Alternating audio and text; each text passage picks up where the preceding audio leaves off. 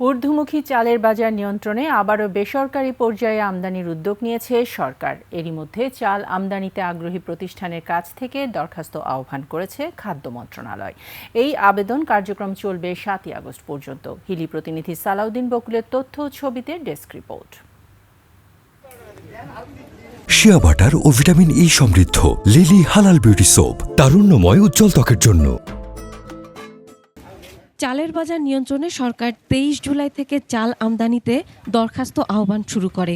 সরকারের এই আহ্বানে সাড়া দিয়ে আইপি বা আমদানির অনুমতি চেয়ে আবেদন করেছে হিলি স্থলবন্দরের বেশ কয়েকজন আমদানিকারক।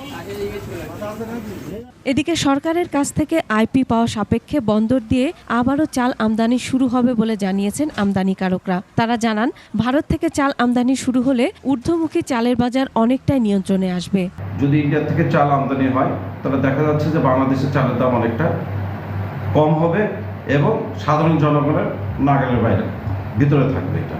এবং সরকারি যে ট্যাক্স এখনো নির্ধারণ হয়নি, কত পার্সেন্ট কি ট্যাক্স হবে, কি আগের বছরের স্বাভাবিক ট্যাক্স থাকবে, তারপরে হচ্ছে কার কতটুকু বরাদ্দ, 5 লক্ষ টন সারা বাংলাদেশের ভিতর বরাদ্দ, এই 5 লক্ষ টনের কে কত পাবে এটা আমরা এখনো বলতে পারছি না। এই গ্যাজেট পাইলে তখন মানুষ আমদানির জন্য উৎসাহিত হবে এবং বাজার এই সরকারি ডিক্লার দেওয়ার কারণে বাজার অলরেডি কমে গেছে এবং আমদানি শুরু হলে আরও বাজার পর্যায়ক্রমে কম।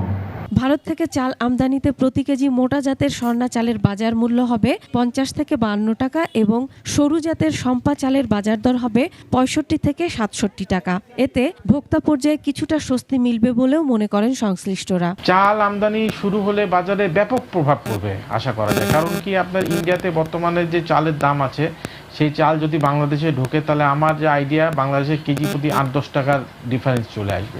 Masuma Lisa, desk report, 21 television.